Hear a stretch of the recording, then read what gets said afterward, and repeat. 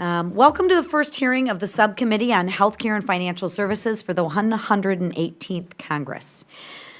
To the witnesses, thank you very much for your attendance and participation in today's hearing on the inflation crisis.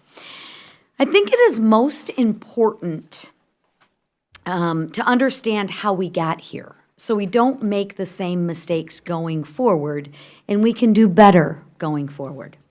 We first have to agree that we have a problem before we can fix it and move forward for the American people.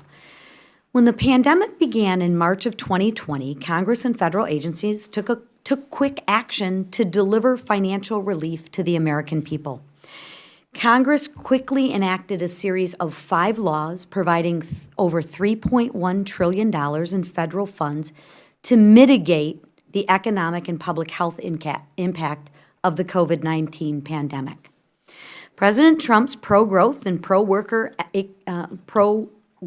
economy, created by the Tax Cuts and Job Act and investing in American manufacturing, combined with the unparalleled response to the pandemic, created the fastest economic recovery in history. As a result, only $1.9 trillion of the COVID relief funds were spent by January of 2021, leaving over $1 trillion for further relief. Between the start of the pandemic in March of 2020 and March of 2021, inflation rose 2.6%. The food index rose 3.5%. Energy services increased by only 4.1%. And gasoline prices increased by 67 cents to $2.89 a gallon.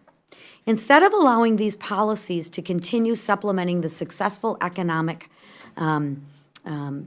recovery efforts, Democrats jammed through Congress another $1.9 trillion, claiming it was for pandemic relief.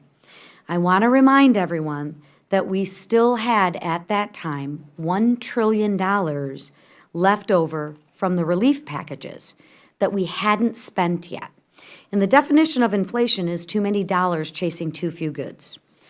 Republicans and economic leaders of both parties, including Larry Summers, Greg Mancow, and Michael Strain, warned that this completely unnecessary spending would put the economy at risk of inflation and possibly recession.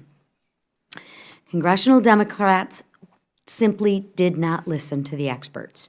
They were determined to spend more money. Government clearly has a spending problem.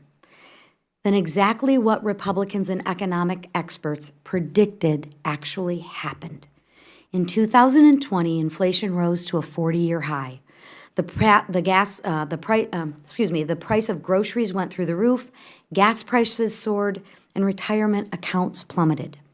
Between March of 2021 and March of 2022, inflation rose 8.5%. The food index rose 8.8%, the largest increase since 1981. Welcome back, Jimmy Carter. The energy services index rose by 13%, more than triple the rate it did the year prior under Trump, despite the COVID-19 pandemic. And gasoline prices increased from $1.43 to $4.32. What was the Democrats' response? More spending. They pushed through the wrongly named, I might add, Inflation Reduction Act, another $740 billion boondoggle, which did nothing to fight inflation. But it did spend more than $360 billion on climate policies and funded 87,000 IRS agents. Not sure how that helps the pandemic, but this is on top of $3.1 trillion and $1.9 trillion. Democrats decided to spend even more money, and let me remind you that we still have leftover money to this day from those relief packages. Democrats' spending spree over the last Congress drove the prices of groceries up by more than 11%. Their spending spree and attack on the American energy caused Americans across the country to pay 27% more to heat their homes this winter. Inflation driven by Democrat policies made Michiganders choose between heating their homes and buying groceries. I don't know if you all know, but it gets cold in Michigan, especially this winter.